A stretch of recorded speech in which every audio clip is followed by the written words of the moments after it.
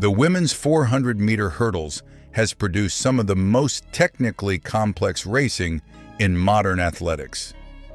But Stockholm brought together a field that had analysts genuinely uncertain before the gun. Femke Bol, the European record holder, arrived as the season leader. Beside her, Dalilah Muhammad, holder of the former world record at 51.41 seconds. Gianna Woodruff, one of the fastest front-runners on the circuit. Ayomide Folorunso, with a career-best season behind her. Australia's Carli. 10 barriers, 1 lap. No margin for error at this level. Pay close attention to what happens on the back straight, specifically between hurdles 6 and 8. That corridor is where this race is actually decided. 400 meter hekk mot to av de 3 beste gjennom tidene på denne distansen. Ytterst Carli fra Australia har satt pers i år i april med 54,29. Slo hjul på Bislett da hjul åpnet noe hardt. Gianna Woodruff levd i USA, vokste opp i Santa Monica i den kommende OL-byen Los Angeles, men representerer Panama. Og så har vi Femke Bol tilbake, skal prøve å slå sin egen banerekord her i Stockholm, 52,27. Hun har allerede løpt 2 løp i år nede på 52-tallet og pleier å ha stigende formkurve. Her tredje beste kvinne gjennom tidene på distansen, tidligere verdensrekordholder Dalilah Muhammad, som vant i Oslo på torsdag med 53,34. Så har vi Ayomide Folorunso, født i Nigeria, representert Italia lenge, 28 år nå, pers på 53,89, løp 54,2 i Roma.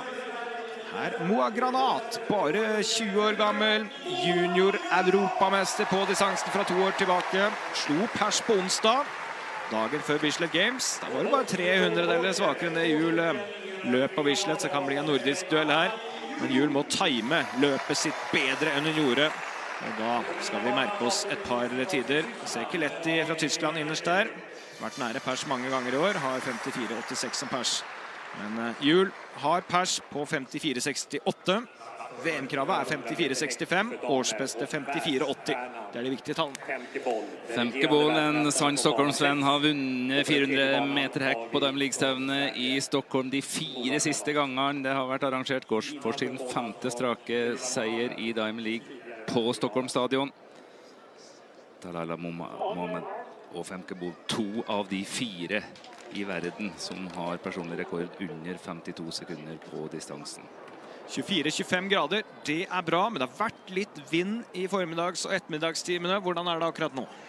Nei, det er roligere nå, spesielt ned i siste sving, så er det mindre fart i flagget. Får håpe det holder seg. Hjul har fått bane 2, kan være en liten utfordring. En stjerne til en annen, kanskje den største stjernen på Stockholm stadion. Here is a number that reframes the 400-meter hurdles. Between hurdles 6 and 7 at the Stockholm Diamond League, Femke Bol's stride frequency did not drop. It held at 4.6 steps per second, the same as her opening 200 meters. Every other athlete in the field lost between 0.2 and 0.4 steps per second across that same interval. That single measurement is the margin of victory. Not the start, not the finish. A 40-meter corridor in the middle of the race where most viewers aren't even looking. This video explains exactly how she does it, why it's so hard to replicate, and what it reveals about the technical ceiling of the event. By the end, you'll watch the 400-meter hurdles differently. Femke Bol entered Stockholm as the world leader. Her season's best of 51.45 seconds made her the fastest woman in the event going into the meet, and she had not lost a Diamond League final in the 400 hurdles for 2 consecutive seasons. The field alongside her was genuinely deep. Dalilah Muhammad, the 2019 world record holder at 51.41, had the most technically refined hurdle clearance on the circuit. Gianna Woodruff of Panama had been clocking sub-53 times off aggressive front-loaded tactics. Italy's Ayomide Folorunso had posted a personal best of 52.84 earlier in the season. Australia's Carli was sub-54 and climbing. On paper, this race could go several ways. What happened made analysts rewatch the footage frame by frame. Off the gun, Woodruff reacted in 0.134 seconds, fourth fastest in the field. But she converted that start into front position faster than anyone. By hurdle 2, she was running in lane 5 at an estimated split of 5.82 seconds for the first 50 meters. That is a pace that historically leads either to a very fast race or a very painful last 80 meters, usually both. Bol reacted in 0.141 seconds and settled into her characteristic pattern. Upright posture, minimal lateral movement, a stride length of approximately 2.05 meters between hurdles 1 and 3. She was not chasing Woodruff. She was running her own equation. Most people assume the 400 hurdles is won at the start or the finish. The evidence says otherwise. The decisive phase in nearly every championship final since 2019 has been hurdles 5 through 8, the back straight into the final bend, where lactic acid starts restructuring how athletes move. Here's what's most surprising.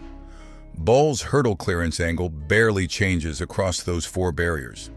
She attacks each one at approximately 11 to 12 degrees of forward lean at takeoff, compared to 14 to 15 degrees for rivals who are compensating for fatigue by driving harder into the barrier. That extra 2 degrees costs roughly 0.04 seconds per hurdle in reset time. Across 4 hurdles, that's 0.16 seconds, almost a full body length at race pace. Put yourself in Dalilah Muhammad's position at hurdle 6. You have the most refined hurdle technique in the history of the event, 2 Olympic medals. You have been running a controlled, patient race, and Bol is just there, in your peripheral vision, the same distance away she was at hurdle 3. Except now, you can feel your legs changing under you, and she cannot. Here's the question. The splits raise. If Woodruff was running faster through the first 200 meters, why didn't her speed advantage hold? She reached the halfway point in approximately 24.1 seconds. Bol's 200-meter split was estimated at 24.6. That half-second gap should matter. And yet, Bol's finishing 200 meters came in at approximately 26.85 seconds. Woodruff's back half fell to an estimated 28.4. The gap reversed by nearly 2 seconds across the second lap. The mechanism behind that reversal is the real story of this race. High-speed, aggressive hurdle clearance at the front of the race burns through hip flexor energy reserves earlier. Woodruff's lead leg drive at hurdles 1 through 4 was forceful and quick, which is effective, but it front-loads the muscular cost. Bol's clearance is quieter. Her trail leg sweeps through in a flatter arc, reducing the rotational demand on the hip, which means the muscle group responsible for leg cycling has more left when it matters most. By hurdle 7, Woodruff's stride length between hurdles had contracted by approximately 18 centimeters. Bol's had contracted by 7. Here's the take that will probably draw some disagreement. Woodruff's tactics were not a mistake. They were a calculated risk most coaches would endorse for a field of this quality. The problem is that Bol's technical model has made the aggressive front-load strategy almost mathematically obsolete at the Diamond League level. The question for every coach watching that race is not whether their athlete can match Bol's start. It's whether they can redesign the back half. What stands out analytically about this race is that it represents a genuine shift in the event's technical frontier. For a decade, the model was Muhammad's fluid, economical, hurdle-to-hurdle consistency. Bol has added something new, the ability to accelerate between hurdles 9 and 10 when everyone else is decelerating.